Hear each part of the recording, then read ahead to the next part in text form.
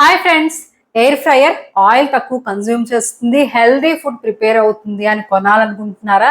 అసలు air fryer తక్కువ ఆయిల్తో ఫ్రై ఎలా చేస్తుందో తెలుసా?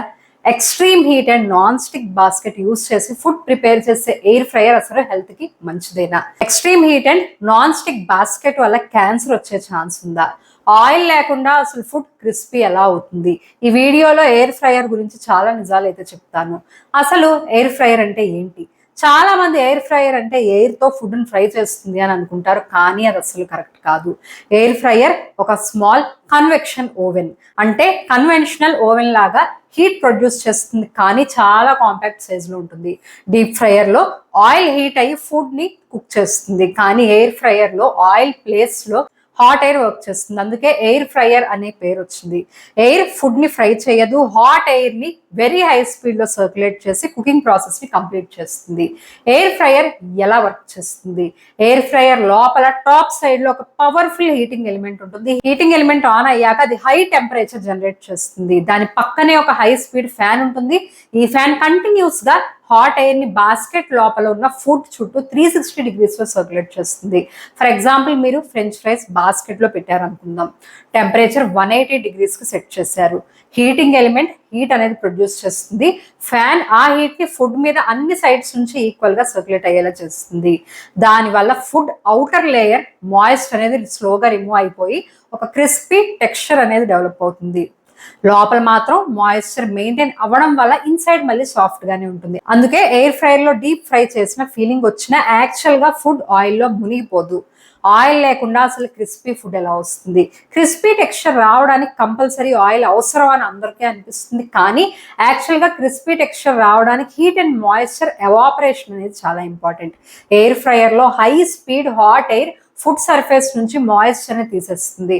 సర్ఫేస్ అనేది డ్రై అవడం వల్ల గోల్డెన్ బ్రౌన్ కలర్ వచ్చేస్తుంది. అదే క్రిస్పీ ఫీలింగ్ ని క్రియేట్ చేస్తుంది. కొన్ని foods, especially frozen fries, nuggets, samosa లాంటి వాటిలో ఆల్రెడీ కొంచెం ఆయిల్ ఉంటుంది, కాబట్టి అడిషనల్ ఆయిల్ అనేది అవసరం లేదు. ఫ్రెష్ వెజిటబుల్స్, పనీర్, చికెన్ లాంటి వాటికి ఒక టీ స్పూన్ ఆయిల్ లేదా ఆయిల్ స్ప్రే యూస్ చేస్తే ఇంకా బెటర్ క్రిస్పీనెస్ వస్తుంది. డీప్ ఫ్రైయింగ్ లాగా 1/2 లీటర్ ఆయిల్ అయితే యూస్ చేయాల్సిన అవసరం ఉండదు అందులో. ఎయిర్ ఫ్రైయర్ అసలు హెల్దీ అయినా? జనరల్ గా చెప్పాలంటే air fryer healthy cooking method అని మనం చెప్పుకోవచ్చు. ఎందుకంటే డీప్ ఫ్రైయింగ్ లో ఫుడ్ చాలా ఆయిల్ అబ్జర్వ్ చేసేస్తుంది. ఆ ఎక్స్ట్రా ఆయిల్ వల్ల క్యాలరీస్ అండ్ ఫ్యాట్ కంటెంట్ అనేది పెరిగిపోతుంది. ఎయిర్ ఫ్రైయర్ లో మాత్రం ఆయిల్ యూసేజ్ 80 నుంచి 95% వరకు రెడ్యూస్ అయిపోతుంది. దానివల్ల క్యాలరీస్ కూడా తగ్గిపోతాయి. వెయిట్ మేనేజ్మెంట్ చేస్తున్న వాళ్ళకి, కొలెస్ట్రాల్ కంట్రోల్లో పెట్టుకునే వాళ్ళకి, తక్కువ ఆయిల్ ఫుడ్ ప్రిఫర్ చేసే వాళ్ళకి ఎయిర్ ఫ్రైయర్ మంచి ఆప్షనే. కానీ ఇక్కడ ఒక్క పాయింట్ గుర్తుపెట్టుకోవాలి, air fryer healthy cooking method మాత్రమే. హెల్దీ ఫుడ్ ఆటోమేటిక్గా అది క్రియేట్ చేసేయలేదు.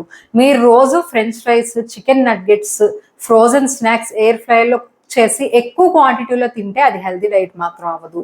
కుకింగ్ మెథడ్ హెల్దీ అయినా ఫుడ్ సెలెక్షన్ అండ్ క్వాంటిటీ కూడా ఇక్కడ ఇంపార్టెంట్ అని చెప్పాలి. ఎయిర్ ఫ్రైయర్ వల్ల క్యాన్సర్ వస్తుందా? ఇప్పుడు ఇంటర్నెట్లో ఎక్కువగా వైరల్ అయ్యే టాపిక్ గురించి నేను చెప్తాను. దీనికి సింపుల్గా ఆన్సర్ చెప్పాలంటే ఎయిర్ ఫ్రైయర్ డైరెక్ట్గా అయితే క్యాన్సర్ని క్రియేట్ చేయదు. కానీ ఈ డౌట్ అసలు ఎందుకు వచ్చింది అంటే, పొటాటోస్, బ్రెడ్, చిప్స్ లాంటి స్టార్చ్ ఎక్కువ ఉన్న ఫుడ్స్ని హై టెంపరేచర్లో ఓవర్ కుక్ చేస్తే అక్రిలమైడ్ అనే కెమికల్ ఫామ్ అవుతుంది. అక్రిలమైడ్ అనేది ఎయిర్ ఫ్రైయర్ స్పెషల్గా క్రియేట్ చేసే కెమికల్ ఏం కాదు. డీప్ ఫ్రైయింగ్, బేకింగ్, రోస్టింగ్ లాంటి హై టెంపరేచర్ కుకింగ్ మెథడ్స్లో ఫామ్ అవుతుంది అది. World health organization, WHO and other food safety organizations చెప్పేది కూడా ఏంటంటే, ఫుడ్ని బ్లాక్ అయిపోయేంత వరకు బర్న్ చేయకుండా గోల్డెన్ బ్రౌన్ స్టేజ్లో కుక్ చేసేనో ఆపేయాలి అని. బర్న్ అయిన ఫుడ్ని రెగ్యులర్గా తినడం అనేది అవాయిడ్ చేయాలి. కాబట్టి ప్రాబ్లం ఎయిర్ ఫ్రైయర్ కాదు, ఫుడ్ని ఓవర్ కుక్ చేసేయడం అనేది ప్రాబ్లం. అసలు ఎయిర్ ఫ్రైయర్ సేఫా? ఇప్పుడు చాలా మంది ఎయిర్ ఫ్రైయర్ కొనడానికి హెసిటేట్ అయిపోతున్నారు. దాని మెయిన్ రీజన్ సేఫ్టీ. సోషల్ మీడియాలో కొన్ని వీడియోస్ చూసి air fryer dangerous, plastic melt అయిపోతుంది, రేడియేషన్ అనేది రిలీజ్ చేస్తుంది అని చాలా మంది భయపడుతున్నారు. కానీ నిజం ఏంటంటే, ఒక good quality branded air fryer కరెక్ట్గా యూస్ చేస్తే నార్మల్గా చాలా సేఫ్ అప్లియన్స్. మార్కెట్లో Philips, Instant, Ninja, Cosori, Havells, Prestige, Agaro, Philips లాంటి reputed brands international safety standards follow చేస్తాయి. వీటిలో temperature control, over heating protection, auto shut off లాంటి సేఫ్టీ ఫీచర్స్ ఉంటాయి. ప్రాబ్లం ఎక్కడ స్టార్ట్ అవుతుందంటే క్వాలిటీ కంట్రోల్ లేని వెరీ చీప్ లోకల్ బ్రాండ్స్లో. వాటి మెటీరియల్స్ క్వాలిటీ గురించి క్లియర్ ఇన్ఫర్మేషన్ వాళ్ళు ఇవ్వరు. ఎలక్ట్రికల్ సేఫ్టీ టెస్టింగ్ గురించి అసలు డీటెయిల్స్ కూడా ఉండవు. కాబట్టి సేఫ్టీ కోసం కొంచెం ఎక్కువ ఇన్వెస్ట్ చేసి ట్రస్టెడ్ బ్రాండ్ అనేది కొనుక్కోవడం మంచి ఆప్షన్. ఎయిర్ ఫ్రైయర్లో రేడియేషన్ ఉంటుందా? చాలా మంది మైక్రోవేవ్ లాగా ఎయిర్ ఫ్రైయర్ కూడా రేడియేషన్ అనేది యూస్ చేస్తుంది అని అనుకుంటారు. ఇది ఒక కంప్లీట్ మిత్ అనే చెప్పాలి. ఎయిర్ ఫ్రైయర్లో మైక్రోవేవ్ రేడియేషన్ అయితే ఉండదు. ఎయిర్ ఫ్రైయర్ సింపుల్గా ఎలక్ట్రిసిటీని హీట్గా కన్వర్ట్ చేసి ఆ హీట్ని ఒక ఫ్యాన్ హెల్ప్తో ఫుడ్ చుట్టూ సర్క్యులేట్ చేస్తుంది. అంటే మన కిచెన్లో యూస్ చేసే ఎలక్ట్రిక్ ఓవెన్ ఎలా వర్క్ చేస్తుందో ఎయిర్ ఫ్రైయర్ కూడా ఆల్మోస్ట్ అలాగే వర్క్ చేస్తుంది.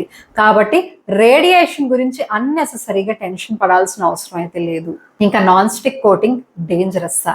ఎయిర్ ఫ్రైయర్ బాస్కెట్ గురించి కూడా చాలా కన్ఫ్యూజన్ అయితే ఉంటుంది. ఆల్మోస్ట్ అన్ని ఎయిర్ ఫ్రైయర్ బాస్కెట్స్ లోపల నాన్ స్టిక్ కోటింగ్తోనే వస్తాయి. ఈ కోటింగ్ వల్ల ఫుడ్ బాస్కెట్కి స్టిక్ అవ్వదు. క్లీనింగ్ కూడా దీనివల్ల ఈజీ అవుతుంది. కానీ సోషల్ మీడియాలో నాన్ స్టిక్ కోటింగ్ అనేది క్యాన్సర్ ఇస్తుంది అని చాలా వీడియోస్ అయితే సర్క్యులేట్ అవుతున్నాయి. యాక్చువల్గా branded air fryers food grade non stick coating అనేది యూస్ చేస్తాయి. చాలా companies PFOA free coating use చేస్తున్నామని మెన్షన్ కూడా చేస్తున్నారు. కరెక్ట్గా యూస్ చేస్తే అండ్ కోటింగ్ డ్యామేజ్ అవ్వకపోతే నార్మల్ యూసేజ్లో అసలు ప్రాబ్లమే ఉండదు. కానీ బాస్కెట్ని స్టీల్ స్క్రబ్బర్తో క్లీన్ చేయడం, మెటల్ స్పూన్స్తో స్క్రాచ్ చేసేయడం, నైఫ్తో కట్ చేయడం లాంటివి చేస్తే మాత్రం కోటింగ్ ఖచ్చితంగా డ్యామేజ్ అవుతుంది. కోటింగ్ పీల్ అయిపోవడం స్టార్ట్ అయింది అంటే ఆ బాస్కెట్ని ఫస్ట్ రీప్లేస్ చేసేసేయండి. ప్లాస్టిక్ స్మెల్ ఎందుకు వస్తుంది? కొత్తగా ఎయిర్ ఫ్రైయర్ కొన్నారంటే ఫస్ట్ 1 or 2 యూజర్స్కి ప్లాస్టిక్ స్మెల్ అయితే వస్తుంది. ఇది చూసి చాలా మంది ఈ మెషినే డిఫెక్ట్ అయిపోయింది అనుకుంటారు. యాక్చువల్లీ మ్యానుఫ్యాక్చరింగ్ ప్రాసెస్లో remaining protective coating or factory residue heat అయ్యి ఆ స్మెల్ అనేది బయటకు రావచ్చు. అందుకే ఆల్మోస్ట్ అన్ని కంపెనీస్ ఫస్ట్ ఎంటీ రన్ చేయమని కూడా వాళ్ళు మాన్యువల్ మెన్షన్ చేస్తున్నారు. చాలా మంది అది చేయడం మానేస్తారు. బాస్కెట్ వాష్ చేసి మెషిన్ ఫుడ్ లేకుండా 10 to 15 minutes హై టెంపరేచర్లో రన్ చేస్తే ఆ స్మెల్ అనేది ఆల్మోస్ట్ వెళ్ళిపోతుంది. కానీ రిపీటెడ్గా స్ట్రాంగ్ ప్లాస్టిక్ స్మెల్ వస్తుంది, స్మోక్ కూడా వస్తుంది, లేదా ప్లాస్టిక్ మెల్ట్ అయ్యే స్మెల్ వస్తుంది అంటే వెంటనే యూజ్ చేయడం ఆపేసి కస్టమర్ కేర్ని అయితే కాంటాక్ట్ చేయండి. అసలు కరెక్ట్ ఎయిర్ ఫ్రైయర్ ఎలా తీసుకోవాలి అనేది చాలా సింపుల్గా చెప్తాను. ఫస్ట్ వచ్చేసి కెపాసిటీ. ముందుగా మనం కెపాసిటీ గురించి అయితే మాట్లాడుకుందాం. కెపాసిటీ అనేది కరెక్ట్గా సెలెక్ట్ చేయకపోతే తర్వాత చాలా రిగ్రెట్ అయిపోతారు. మీరు బ్యాచులర్ అయితే లేదా 2 members మీ ఇంట్లో ఉంటే మాత్రం 3 to 4 liters ఎయిర్ ఫ్రైయర్ అనేది మీకు సరిపోతుంది. 3 నుంచి 4 members ఫ్యామిలీ ఉంటే 5 liters తీసుకోవడం బెటర్. 5 members కన్నా ఎక్కువ ఫ్యామిలీ ఉంటే మాత్రం 6 liters లేదా దానికన్నా ఎక్కువ ఉంటే కూడా తీసుకోండి. చాలా మంది మనీ సేవ్ చేసేద్దామని చిన్న ఎయిర్ ఫ్రైయర్ కొనేస్తారు. కానీ బాస్కెట్ చిన్నగా ఉంటే ఫుడ్ ఒకేసారి ప్రిపేర్ చేయలేరు. 2 లేదా 3 బ్యాచెస్లో కుక్ చేయాల్సిన అవసరం వస్తుంది. కాబట్టి ఫ్యామిలీ సైజ్ని బట్టి కెపాసిటీ అనేది సెలెక్ట్ చేసుకోండి. నెక్స్ట్ వచ్చేసి వాటేజ్. ఇది చాలా ఇంపార్టెంట్ పాయింట్. ఎయిర్ ఫ్రైయర్ ఫాస్ట్గా హీట్ అవ్వడం, ఫుడ్ క్రిస్పీగా రావడం వాటేజ్ మీద కూడా డిపెండ్ అవుతుంది. ఇక్కడ నా సజెషన్ ఏంటంటే 1400 వాట్స్ కన్నా ఈ తక్కువ మోడల్స్ మీరు అవాయిడ్ చేసేయండి. 1500 నుంచి 1700 వాట్స్ మధ్యలో ఉన్న ఎయిర్ ఫ్రైయర్ని డైలీ యూస్ కోసం బెస్ట్. అది కుకింగ్ ఫాస్ట్గా కంప్లీట్ అవుతుంది, దానివల్ల ఫుడ్ ఈవెన్గా కుక్ అవుతుంది. నెక్స్ట్ వచ్చేసి బాస్కెట్ టైప్. మెయిన్లీ మార్కెట్లో 2 బాస్కెట్ టైప్స్ ఉంటాయి. ఒకటి బాస్కెట్ ఎయిర్ ఫ్రైయర్, ఇంకోటి oven style air fryer. Daily fries, chicken, paneer, vegetables లాంటి మామూలు కుకింగ్ కోసం అయితే బాస్కెట్ ఎయిర్ ఫ్రైయర్ మీకు సరిపోతుంది. ఈజీగా దాన్ని యూస్ కూడా చేసుకోవచ్చు. క్లీనింగ్ కూడా దానివల్ల ఈజీగానే అవుతుంది. కానీ మీరు pizza, cake, grill, chicken multiple items ఒకేసారి కుక్ చేసుకోవాలంటే మాత్రం ఓవెన్ స్టైల్ ఎయిర్ ఫ్రైయర్ తీసుకోవడం మీకు బెటర్. సో మీ యూసేజ్ ఏంటని తెలుసుకుని దాన్ని బట్టి మీరు మోడల్ అయితే తీసుకోండి. నెక్స్ట్ వచ్చేసి డిజిటల్ డిస్ప్లే. పాసిబుల్ అయితే టచ్ ప్యానల్ ఉన్న డిజిటల్ ఎయిర్ ఫ్రైయర్ మీరు తీసుకోండి. ఎందుకంటే టెంపరేచర్ మీకు ఎగ్జాక్ట్గా అందులో సెట్ చేసుకోవచ్చు. టైమర్ కూడా మీరు ఈజీగా కంట్రోల్ చేసుకోవచ్చు. ప్రీసెట్ కుకింగ్ మోడ్స్ కూడా ఉంటాయి. మాన్యువల్ నాబ్ మోడల్స్ చీపర్గా ఉంటాయి, కానీ టెంపరేచర్ యాక్యురసీ అందులో కొంచెం తక్కువే. ఇంకా టెంపరేచర్ రేంజ్. ఎయిర్ ఫ్రైయర్లో మినిమం 80 degrees నుంచి మ్యాక్సిమం 200 degrees సపోర్ట్ ఉంటే ఆల్మోస్ట్ అన్ని రెసిపీస్ మీరు ప్రిపేర్ చేసుకోవచ్చు. కొన్ని ప్రీమియం మోడల్స్ 230 degrees వరకు కూడా సపోర్ట్ చేస్తాయి. నార్మల్ హోమ్ యూసేజ్కి 200 degrees అనేది సరిపోతుంది. ఇంకా విండో విత్ లైట్. ఇప్పుడు ట్రాన్స్పరెంట్గా విండో ఉన్న ఎయిర్ ఫ్రైయర్స్ చాలా పాపులర్ అయిపోతున్నాయి. కుకింగ్ మధ్యలో బాస్కెట్ ఓపెన్ చేయకుండానే ఫుడ్ అసలు ఎలా కుక్ అవుతుంది అన్నది డైరెక్ట్గా అందులో చూసుకోవచ్చు.